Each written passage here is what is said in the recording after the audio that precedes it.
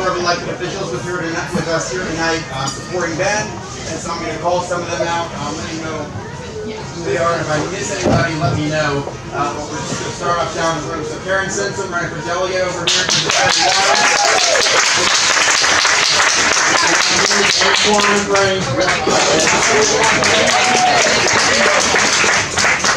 Mike Rogers on the phone over here. Mike Rogers.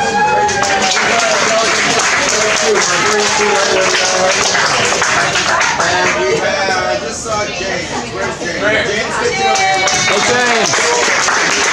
We have Sarah Lacey right next to him. She's running for delegate as well. We have Barry Freeman. He's running for delegate just as well. And in the background, we have Deb Ritchie running for county council. Earlier tonight, he had to step out, but he's coming back. Is Mark James. He's also running for delegate in District 32. And let's see. Oh, we also have our current county councilman.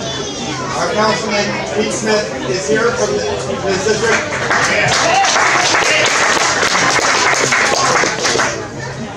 Let's see. I guess that is my cover. Yeah, I got it. All right, so people are going to continue on.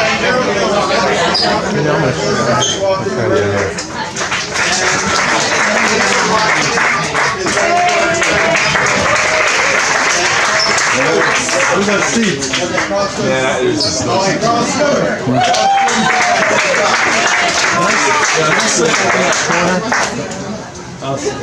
So as you know, this election is hugely important for all of us. I don't know if this microphone is on. No, it's not. This movement, this blue wave that's building across the nation is tremendous, and it's going to bring back a sense of normalcy to our country. It's going to give us a foothold where in this world of chaos that we find ourselves in today, and it's going to stretch up and down the ballot. And in Maryland in particular, it's really important that we all work together and unite behind all of our Democratic candidates all up and down the ballot, because we have got to make some real inroads in Maryland. We have got to win the governor's race because there are so many important issues that we have got to take action on. In Maryland, we hear time and time again from folks, they say, well, Larry Hogan's okay, or Larry Hogan's not that bad. But we have to ask ourselves, why would we settle for okay? Or why would we settle for not that bad? Well, we have someone who is a rock star, and if you've never heard of him, he's going to speak tonight. Ben Jealous is very inspirational, and he has tremendous ideas. He's got full of energy.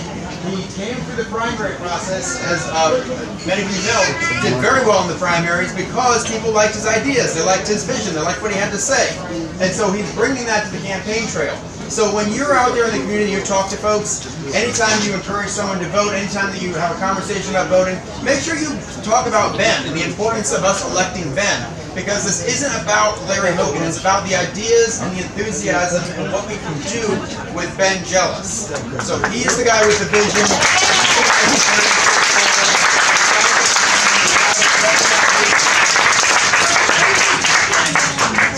Oh, and Tracy Hubermill. Hey, Tracy.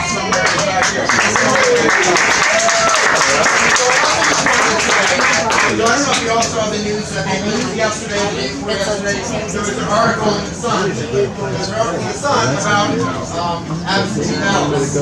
The number of people in Maryland that have requested absentee ballots this year is 20,000 more than 4 years ago. That's 20,000 people who want to make sure they're heard because they're maybe not available on election day. That should tell you something about the blue wave in Maryland. These polls you're seeing over and over and over again are not correct. They're not right. The polls are doing the same thing they do year after year. The same. We have seen this year, we saw in 2017 and statewide elections in Virginia and elsewhere, the polls aren't asking the right people. The people that are showing up to vote are new voters, they're energized voters, they're young voters. That's what's going to make the difference with Ben Jealous. So every time you have someone, a naysayer out there talking to you about Ben Jealous and talking about this election, make sure you tell them the polls are wrong. And on November the 7th, you're going to wake up and you're going to realize that the biggest upset in Maryland's history is that Ben Jealous will be our next governor. And it's not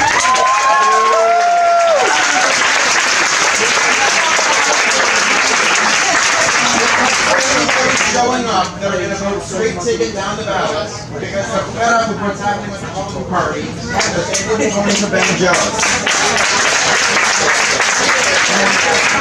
The last thing I want to say is that Ben's going to be here tonight. He has been busy crisscrossing the state of Maryland. He's been working up in Baltimore County, in Baltimore City. He's been in Prince George's, Montgomery. He's all over the state of Maryland. He's working every single day. He has events. So he's a busy guy. We're going to try to get him back in Arundel County again soon. But we're so glad that he's here with us tonight. I wanted to real quick recognize Corey Jacobson also snuck in. He's running for Judge of the Orphans Court. James is getting all the shout-outs. James 3 times now. And now I'm going to pass it over to the president of the West County Democratic Club, Otis Duffy. He's going to say a few words and then we'll get to Ben. We need to keep the energy up. Every single day, 7 days a week, we have people out door knocking in Anne Arundel County, or all across Maryland, but in Anne Arundel County. So if you want to get involved with that, the coordinated campaign has an office in Hanover by BWI Airport. I can get you the information.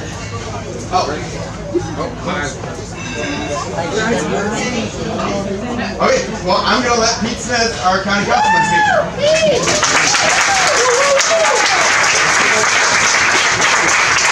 I'm going to put this down because it's not worth it. I think I can keep my big with this. So we want to thank you all for coming here today. Because look, today is what? Tuesday? Tuesday. And many of you, there's some TV shows on that I have friends who watch TV shows quite often. I don't think I watch a lot of TV.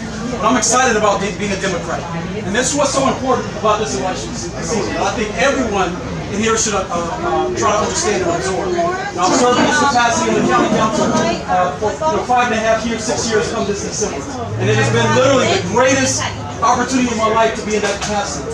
For the last 20 years, I've been in the Marines. And it's all about service.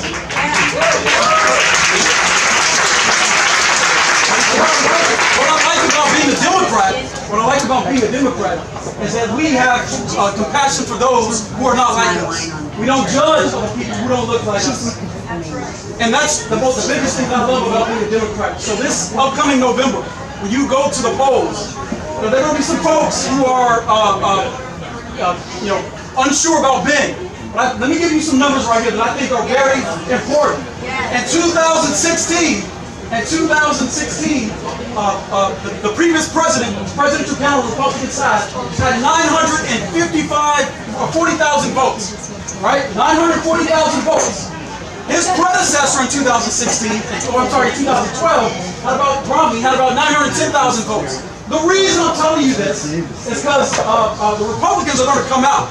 They're going to come out. And the same people who voted for Donald Trump in 2016 are the same people telling you that our candidate nominee, Ben Jealous, is not the right guy to lead our country. I don't know what planet they're living on, but I know this man. I know this man. What's good about our gubernatorial candidate is he's going to bring good people to his team. He's going to bring people who don't care what community you come from, who don't care what color you come from, who don't care about what background you come from. He's going to bring smart people who are going to make sure that this state is doing the right thing to make sure that opportunity is there for everybody, not just those who have a backdoor.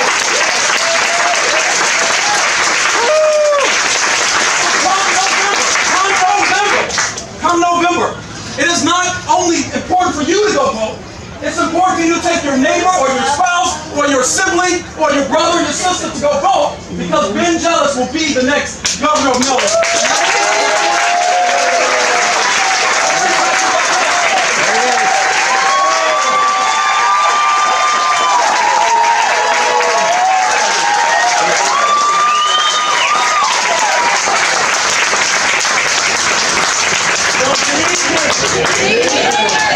It's nice to be at home in Anne Arundel County.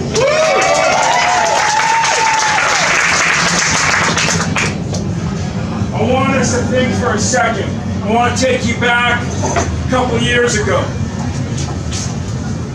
November 2016, not the day Trump won, the day after when you woke up and you realized, oh my God, he's still president.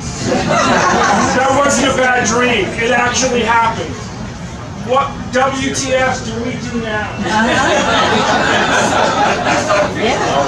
You know, I have family members in recovery, and they always talk about the importance of the Serenity Prayer. I didn't understand it until Trump won.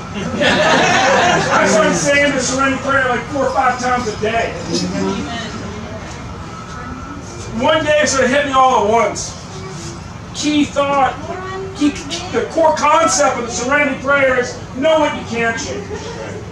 You wake up one day and you realize the far right wing, those who would divide neighbor against neighbor in the interests of wealthy corporations and the Koch brothers and others who like to invest in pitting us against each other, run the types of hateful ads that we've seen directed at me in this campaign. You wake up and you realize the far right wing has taken over every branch of our federal government. The core thought in the Serenity Prayer is know what you can control, know what you can change. It occurs to you. One thing we can change is who runs Maryland. And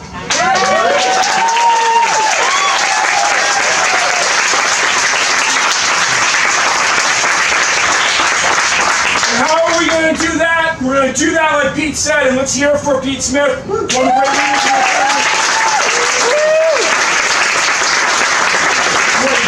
Great member of the intelligence community, a true hero. Thank you, Pete.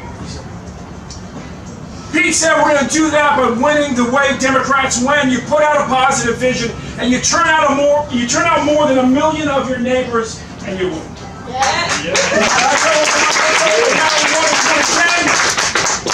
And that's how we'll win this year. The next thought that hit me that day was that the most important lesson I learned in college was in judo class. First lesson in judo. You shall use your opponent's momentum against them. That's how a 5'2" black belt kicked my butt every day as a white belt. And I was always on my back, flying across the room. Well, what's the momentum of the far right wing? My grandma's a 101-year-old retired Maryland social worker.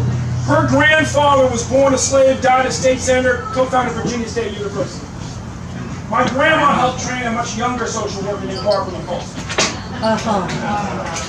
And my grandma would tell you that the momentum of the far right wing, the way we got to this place where they control 33 state governorships and every branch of the federal government has been the states' rights movement. We signaled that we were ready to enforce civil rights and women's rights and workers' rights and protect our environment. And they responded by saying, then we will take the power away from the federal government and we'll invest it in the states so we can do end runs around all those things. But when you wake up and Donald Trump and the Republicans control every branch of your federal government, what do? You take back your state and you make a state, you make a state of model.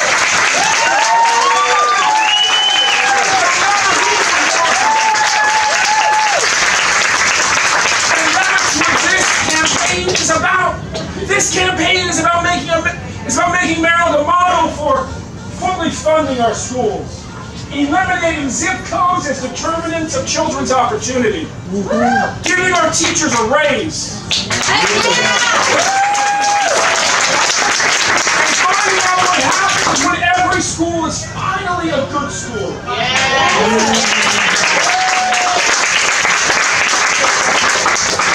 This campaign is about being a model for taking on the pharmaceutical companies.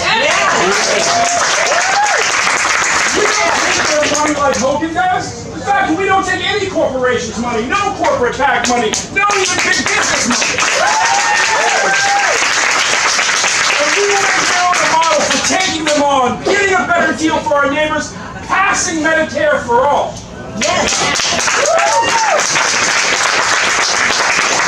And in these times when the scientists tell us we have 10 years to save the ability of the planet to sustain human life.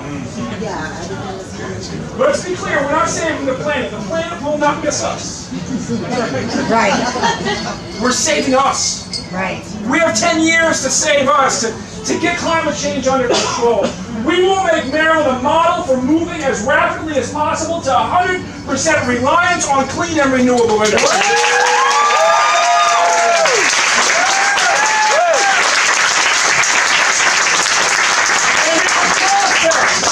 We will unlock thousands of new jobs and new wealth as we become a center of green energy technology. We can put factories back to Dundalk. We can build turbines in Dundalk, float them straight down to Chesapeake Bay, install them off the eastern shore. And give thousands of jobs to both. Sisters and brothers, this is an inflection point in history.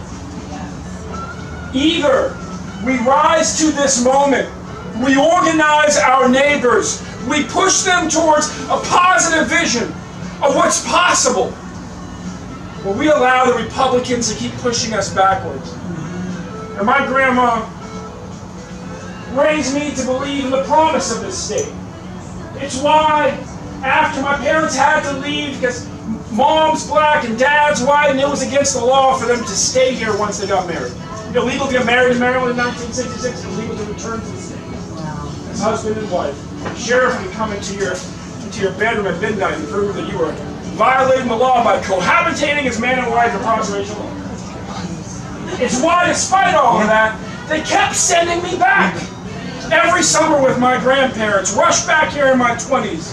So I had to raise my children here in my 30s as I led the NAACP. The promise of Maryland has always been that this place, that my parents, this place my grandparents came to in 1941.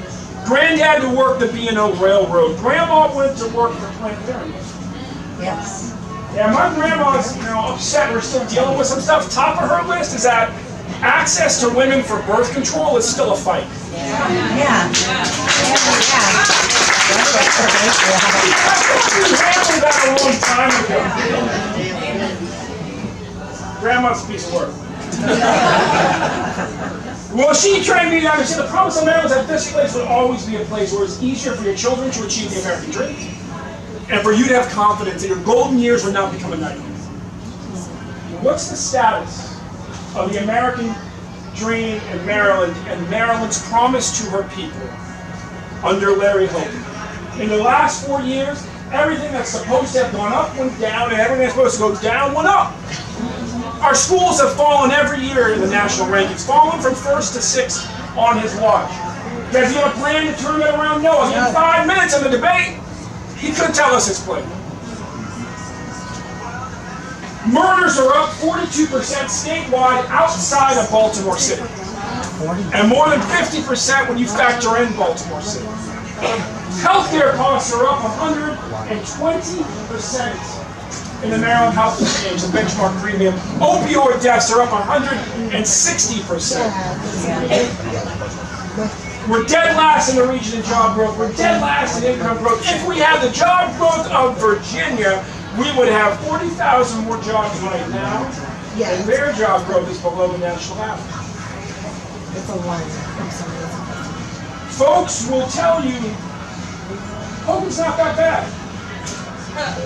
Ha!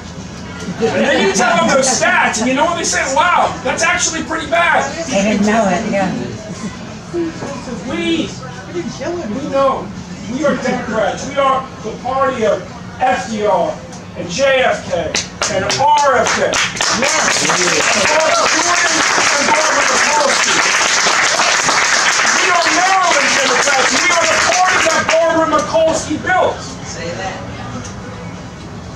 We don't accept Republicans pushing us backwards. We know that this is a state that was built for working families to leap forward.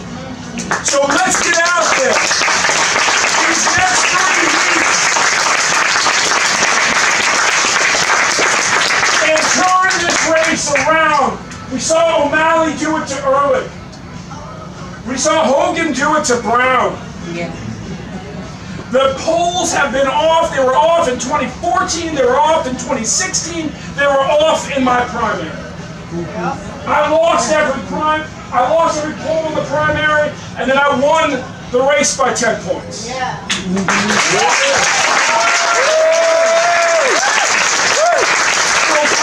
Whatever you've heard to this point, we'll draw a line at this point, and what do? We get every neighbor we can to join us in volunteering. We knock on every door.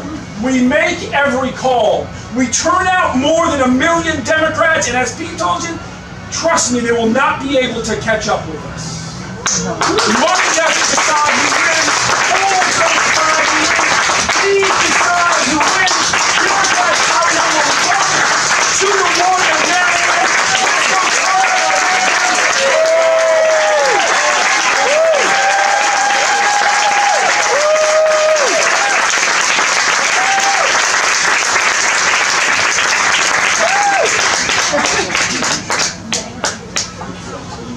Folks, got any questions? What's the next? You tell me. Yes, ma'am. One reason we've got to have you as governor is because of redistricting. Yes. And if Hogan, Hogan is telling people I'm going to make half the districts in Maryland Republican. Right. This is what I want to tell people who say, Hogan wasn't so bad. I think I'm going to vote for him. I've heard all those bad jealous things. We need you. Well, no, thank you. Well, that's exactly right. The next governor will handle redistricting. The next governor will also appoint 5 out of 7 judges to the Maryland Court of Appeals. Well, think about that. That's our state's highest court, the state's Supreme Court, if you will. 5 out of 7 judges. Larry Hogan may be the only person in America of 300 million plus people who said he was neither educated enough nor qualified to have an opinion about Brett Kavanaugh. When I was 18 years old, I thought I was educated and qualified enough to have an opinion about Clarence Thomas. How can you be a 60-something-year-old governor and think you ain't educated enough to have an opinion about Brett Kavanaugh? My cab driver has an opinion about Brett Kavanaugh. And what we know is that's really about his cowardice. That he doesn't want us to know what he really thinks. Right. And whenever he's had a first instinct, it's always been wrong. Confederate monuments, he said keep them up. Fracking, let's go with that. We have to, on judicial appointments, have a governor who will get it right the first time. And on redistricting, we have to have a governor who has the courage to say, the only way we move to nonpartisan redistricting is we do it together. We pass a federal nonpartisan redistricting law. We create a state compact. But we will not unilaterally disarm Maryland. Right. We have to leverage the power of our state to get the region to reform. Otherwise, all we do is send a whole bunch of new Republicans to Congress at exactly the wrong time. And as I said today to the Associated Press, the time has come for us to impeach Donald Trump.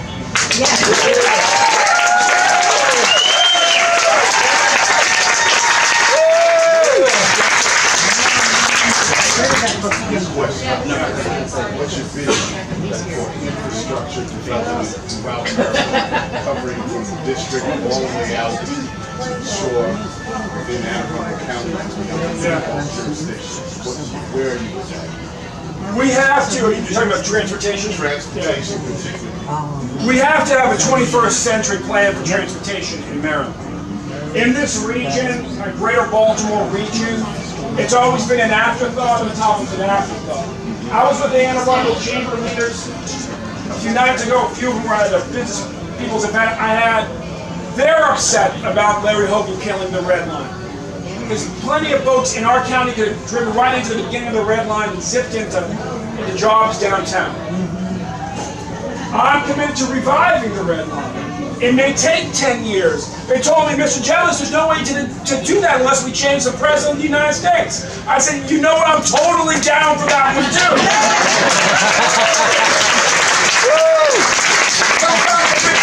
Sometimes it takes a decade, sometimes it takes 2, but you don't stop fighting. In the meantime, we have to have a plan for the entire state and the region that includes bus rapid transit, that includes bus systems that make sense, that includes expanding MARC, expanding Metro, increasing the service. What we don't need is more rapid transit for the rich. We don't need $43 tolls. We don't need, don't get me wrong, I'm a sci-fi geek. I like the idea of high-speed rail. But if the choice is between high-speed rail, which with one stop in Maryland, Baltimore, and everything else is out of state, and it's $56 round trip to DC and back, like, please, if you can afford $56 a day, buy a helicopter. What the rest of us need is MARC to be expanded and for it to run more frequently, and that's the type of thing I'll focus on. That question, I'm worried about the healthcare message. That maybe Republicans are attacking you too much based on how to pay for it. And I think a lot of voters are worried about that. Or how are you going to make your message clear to moderate voters, people who may worry about that, like all in kind of healthcare. So what we know actually is that our message outpolls theirs when voters hear it.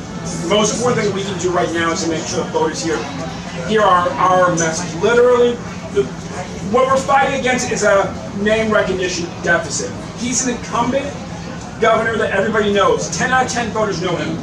I'm an insurgent Democrat. We had some of the highest name recognition of all the other would-be challengers, but he started about, in my case, about 7 out of 10 voters knowing who I am.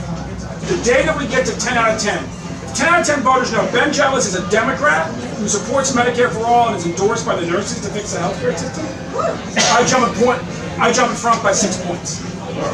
So we're not shying away from that. It's real cool.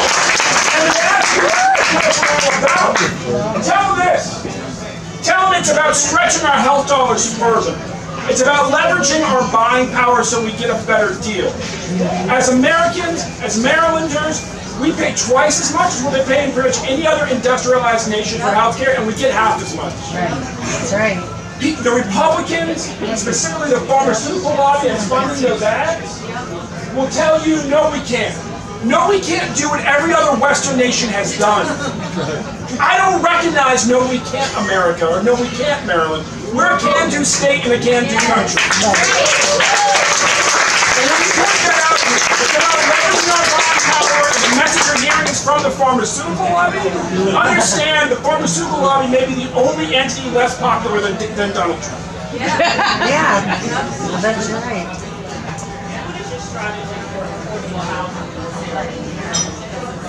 Continue to build houses that are 40, 400,000, 560,000, or consumer who cannot afford it. So, what is your strategy? As we expand, or one of the ways that we're going to do it, what we're going to do is build more transit-oriented development.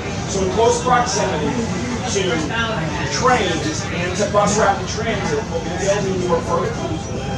Because we can't just keep building single-family houses for everybody and tearing down forests. Apartments, not everybody can afford it.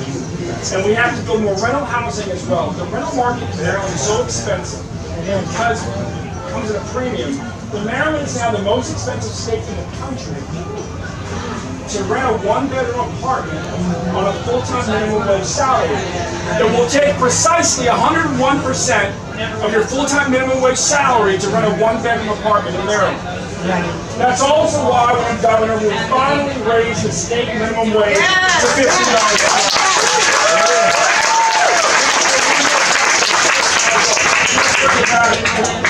I'll take these two. Yes. I arrested Democrats running in 2016 very strongly anti-big business. No message for small business. I mean, the thought that we learn from that, it really has to be a message for innovation, the place for innovation. Happy to talk about that. And what's your question? Well, there are a lot of young people and a lot of women who are coming out to support you. Yes. What can we do, young people, not myself included, what can we do to help you get Ben Jealous elected in 2018? All right, perfect one to close on. So let me handle that, and then I'll go. So she said, as you heard me say, this is about fully funding education. It's about getting our healthcare costs under control, getting a bang for our buck, and it's about building an inclusive, robust economy powered by clean energy. So let me break that down. Robust means that we will build on Maryland's strengths. Our strengths are cybersecurity. We're the cybersecurity center of the universe. And yet, Virginia keeps beating us and getting cybersecurity headquarters to its state. I asked Terry McAuliffe, who's endorsed my campaign, why do you always beat Larry Hogan? He says, because Larry Hogan never has a plan, and plan beats no plan all day long. I got Alphabet, the holding company for Google, and Google to tour the state to place for possible expansion last spring, because for 2 years I've worked with them on getting them here. Part of how I got them here was they are interested in building a cybersecurity center of excellence. Our strengths are health sciences. We used to be number 3 in the country. We're now number 5 or 6. We'll get back to the top 3. I'm a mentor, Johns Hopkins Accelerator Fast Forward, where I help grow health sciences startups. And we will grow more. Part of that is taking the office of tech transfer out of the Department of Commerce and putting it in the governor's office to give it greater visibility and power. We are number 1 in the country destination, the number 1 destination for federally funded research dollars, and yet we lag in the bringing of those ideas to market as products and the growth of our economy. As you know, federally funded research is what was the seed corn in Silicon Valley, and we will do a much better job of bringing it to market. One of the companies I invested in is just that type of company, and it's growing rapidly. Our strength is also just simply our entrepreneurs who are here. They are a number 1 job creating, small business people who are here. And as governor, I will do several things to make sure, 1, they get better access to capital. We will organize the investors who are in state and investors who are out of state to give our entrepreneurs greater access to them and demystify who they are and where they are. The big part of what we've done at Hopkins is to retain more Hopkins startups in Maryland, and we'll do that for the state. We will also underwrite our banks, giving lines of credit earlier, like at 6 months or a year, not having to wait for 2 years of tax returns, and to use the latest financial services technologies to do that, because it's not just, as you know, when you're growing a business, whether you get the credit you need, but whether you get it when you need it. And to get it when you need it, you grow more traffic. We will also benchmark our regulations against those of surrounding states and our incentives to make sure that this is the best place to grow a small business. And we'll create a growing business owners bill of rights, so that as part of an effort, Susie and I are both small business people, to bring an actual customer service ethic and ethos to our government. Because there's too many times people are just given the runaround in ways that may be, I don't know, convenient for the person giving them the runaround, but literally drain them of dollars while they're trying to launch an enterprise and short-circuit their ability to create jobs. So those are 4 of the things that we're focused on. Thank you very much.